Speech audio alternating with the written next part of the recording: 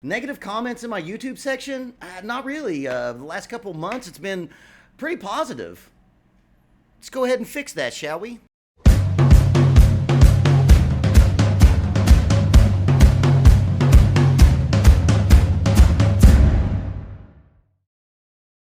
What's happening, everybody? I'm Steve and welcome back to Young Drummer TV. And welcome to the first of a new series of videos I will be doing that will be more in the music commentary realm. If you've watched my videos before, you know that I do drum teacher reaction videos, and drummer interviews. But with all apologies to Anthony Fantano and Punk Rock MBA, I'm going to do this for a little while. And I figured that I would just come out guns a-blazing with the 5 most annoying fan bases. Now, we all know those fans that can almost turn you off to a band, and we're going to talk about them today.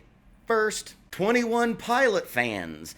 I had an ex-girlfriend who at the beginning of our relationship told me that the biggest problem that she had with ex-boyfriends in her past was they just loved her too much. And yes, she was just as insufferable as that story sounds. And every time I think about the 21 Pilot fandom, I think about that story. Now, I did a video on Josh Dun, the drummer from the 21 Pilots, and I think he's a pretty damn good drummer, and I've even heard some fantastic drum tracks from him on the tracks that he actually plays drums on.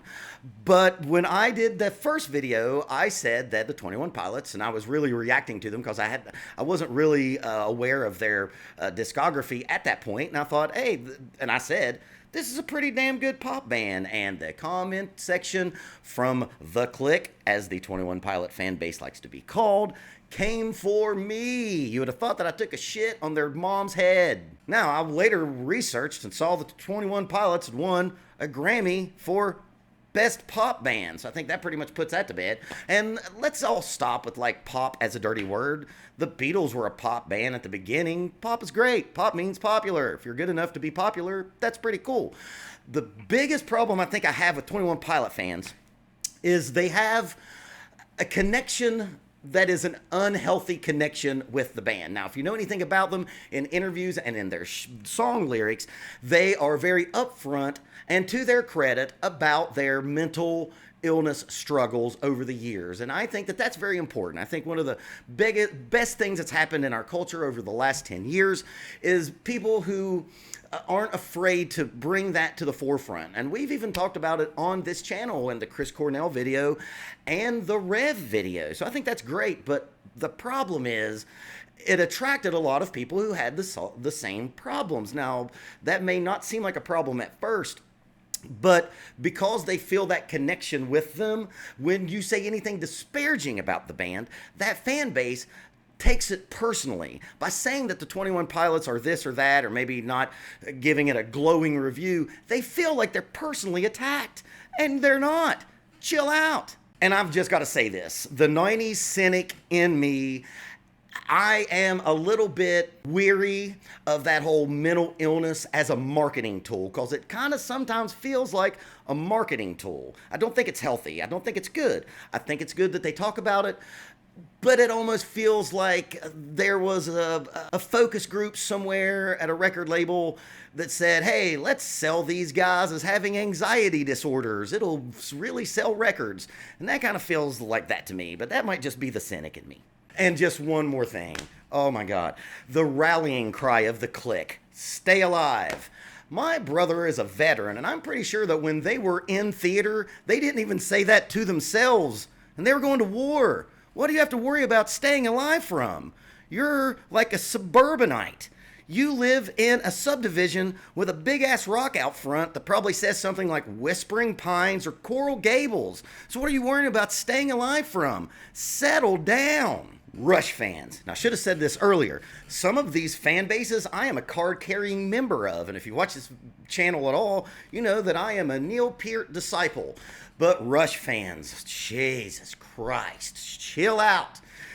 Back in high school, the kids who are kind of like outcasts of the popular kids, they usually go one of two routes. They take that apathy and nihilism that comes from being on the outside of the popular kid clique circle, and they either go punk rock with it, or they go the other route and they go with the intellectual superiority route, and they go prog, and Rush, of course, is the gateway drug to progressive rock music.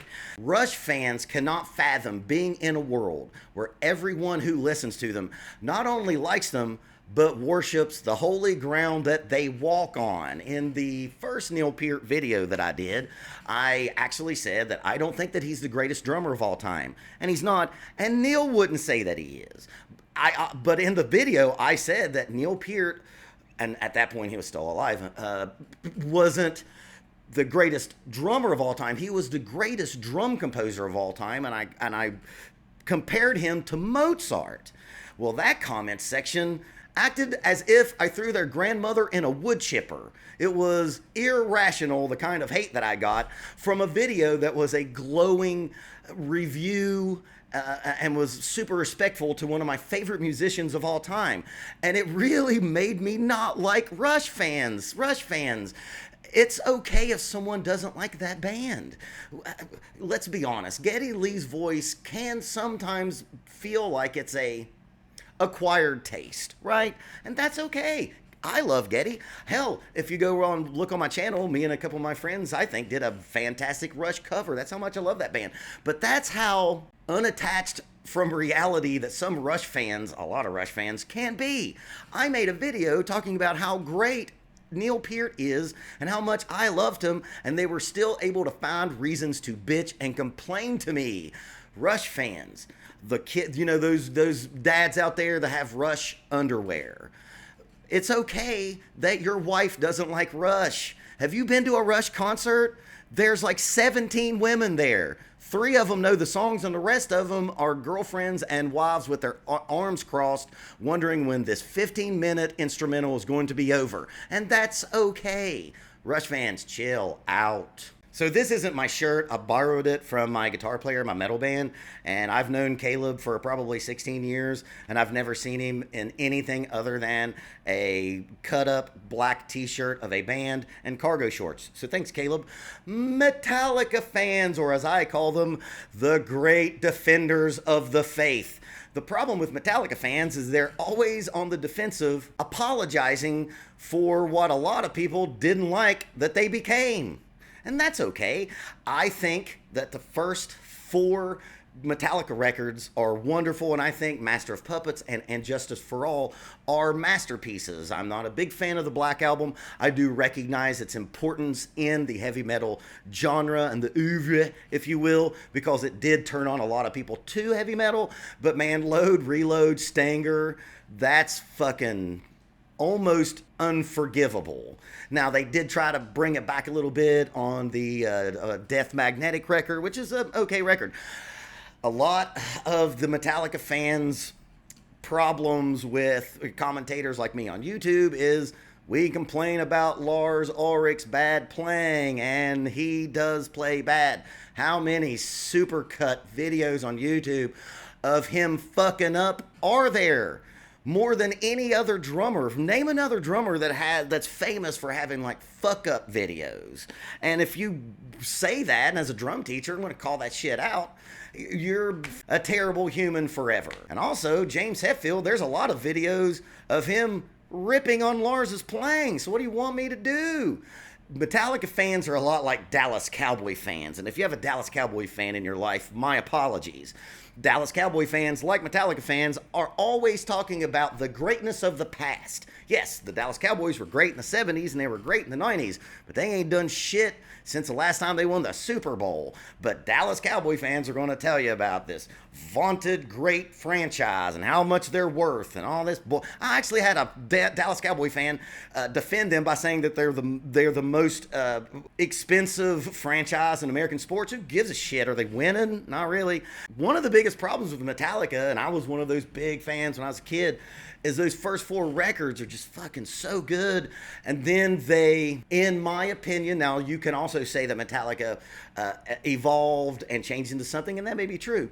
But I think actually the fact that they went back to their thrash roots of Death Magnetic was a white flag by them, and them saying, uh-oh, nothing is really hitting. We need to go back to our roots. And by that time, they had already disenfranchised a lot of their original following. I think that they will always be a prisoner to the Black Album. Because Black Album was so big, you can't have a record that big anymore. I think that record's like the 13th or 14th biggest selling record of all time. And good on you.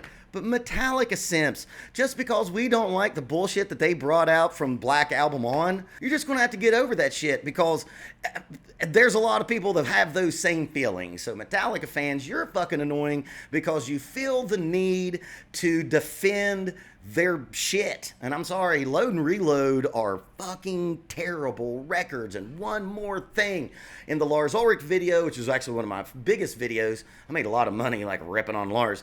A lot of people brought up his age. There's a lot of people who were, simping in a way that said, hey, he's 57, he's not, your skills will degrade over time as you get older. And I say to that, Danny Carey is 3 years older than Lars. So really what you're talking about is, and Lars has admitted it in many interviews, he just doesn't practice anymore, and it shows. Metallica simps, I'm very sorry that Lars is not a really great drummer anymore. He used to be, but now he's not. So get over it. And now, the most intellectually superior fan base, or so they think, on the planet, Tool fans. Now, if you watch my channel, you know that I love Danny Carey. He's one of my top 10 favorite drummers. I've seen Tool like 4 times, but god damn it, you Tool fans are fucking annoying. The problem with Tool fans is they feel that if they can listen to the complete discography, that they'll now be eligible for a doctorate in astrophysics, and it's just not true. I've never seen a fan base that thinks that they're smarter than you are just because they listen to a band. That's amazing. They are amazing. But listening to Tool does not make you a better person, and sometimes Tool fans come off that way. The biggest problem with Tool fans is they act like they're not only listening to music, but are receiving an advanced understanding of time and space via geometrical vibrations that exist on a higher level of consciousness. Well, you're not. You're just listening to one of the greatest bands, one of the greatest drummers ever sat behind a drum set. So no, you're not becoming smarter because of it. And another thing, if I hear another word about the Fibonacci sequence, I'm going to take a hostage. Tool fans do not recognize that they have a really good sense of humor. How they have a whole fucking song that's just a dude speaking in German and saying a fucking recipe to a chocolate cake. These guys are funny, and there's a lot of funny shit in there. But you guys take every little morsel of numerology and symbology and make it out like you're becoming a new religion, and you're really not. The best way that I can describe a Tool fan is this post, because I am a huge Tool fan. Of course, I'm on a Facebook group, but I want to read you a post from a Tool fan. If this doesn't tell you how fucking annoying they are, I don't really know what else to do for you. So in this group, someone started a conversation like this. Surprised Tool never did a song about the number 9. Anyone know what I mean? And somebody, Nick, replied, but the philosophy of the music is Hermetic philosophy. And gematria, that's another thing. Tool fans, they act like they're the worst with coming up with just $5 words, making it sound like you have an MBA. Let me do it again. But the philosophy of the music is Hermetic philosophy, and gematria, I've never seen that word in my life. Tool fans, which 9 is the master of all numbers. The 10 base counting method wasn't created, it was discovered. Ties in with 432 hertz, which also breaks down to 9, just like all shapes in existence. It is most likely a transcendental thing, as well as the relationship between 6 and 3. Oh my god, Tool fans, you are so far up your fucking ass. That is a word salad that means nothing. And I'm almost for certain that Maynard would agree. If you watch him on any of his Rogan appearances, especially when Rogan brought up the Fibonacci sequence, Maynard wanted to crawl out of his skin. He was so embarrassed by it, and he dismissed it altogether. So Tool fans, Tool's a great band. Let's love them together. Do not fucking act like you're Neil deGrasse Tyson just because you know all the fucking lyrics. And finally, the only fan base that has a reputation for ripping you off in a parking lot.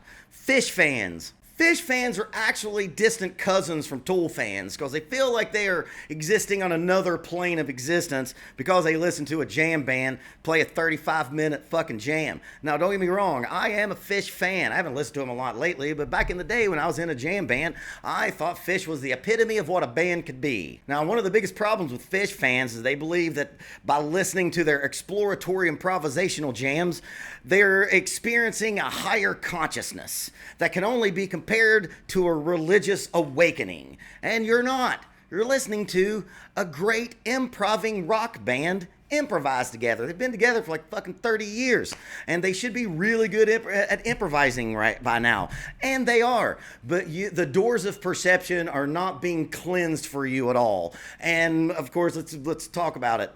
Phish has a reputation of a fan base that feels that they need to be annihilated on a substance to truly enjoy them. And I don't believe that's true. That's not cool. I don't think that you should be making art that has to be experienced while you're fucked up. When I was discussing doing this video to some of my friends, they all said Deadheads. And I did not agree, because I will have to say, I trust a good old-fashioned true Deadhead, like a real Deadhead. Like, they usually got to be gray in their 60s or 70s. Because they really do, in earnest, believe in the ideals of the hippie culture. But Phish fans, you're so fucking shady. How many times have you heard about a bag being short, or not even the thing that you bought from a Phish fan? And look, Trey would agree. If you ever watched the Trey Charlie Rose interview, he addressed that he felt that the band had created this monstrosity of a fan base that was turning into a net negative for the band. And here's the biggest one, I think, more than any other band that we've talked about. Phish fans are a detriment to their favorite band. I have seen so many times over the years where people won't even give Phish a second look because they don't like that scene that surrounds them. I saw this a couple of weeks ago, last week, I guess. On July 4th, I was at my best friend's house. We're sitting on the porch, and his new roommate is an amazing guitar player and a fantastic drummer who plays in bands. And I was talking about doing this video, and he's actually the one that said something about the Dead. And he told Parker, said, Jeremy, you need to listen to Phish. And Jeremy was like, fuck no, I ain't doing it. Now, he loves good guitar playing. He loves good shred, and man, Trey Anastasio is one of the best guitar players that ever picked up a fucking instrument. But because you Phish fans are so fucking annoying that some people who are right in their market demographic won't even give them a chance because you're so fucking insufferable and annoying. Phish fans, back it down about 20%. No, back it down about 50% if you know what I mean. So there you go. It's my new kind of video. Go ahead and start roasting me in the comments. Remember, if I said anything that hurt your feelings, I'm just a fuzzy little dude on YouTube, so don't take it so fucking personally. Please keep the conversation going in the comment section, and you tell me other fan bases that you think are annoying, or fan bases that you feel are a detriment to the popularity of the band that they follow. Also, give me some ideas about future videos, because I'm really new at this. I hope this video turns out well, because I'm not really sure, because I've never done anything like it. But if you did like it, please give me a like, comment, and share. Give me a double tap on the subscription and the notification bell. I'm not going to say keep practicing until it's easy like I do on my drum teacher react videos, because I'm going to say if you are one of these fan bases, dial it back.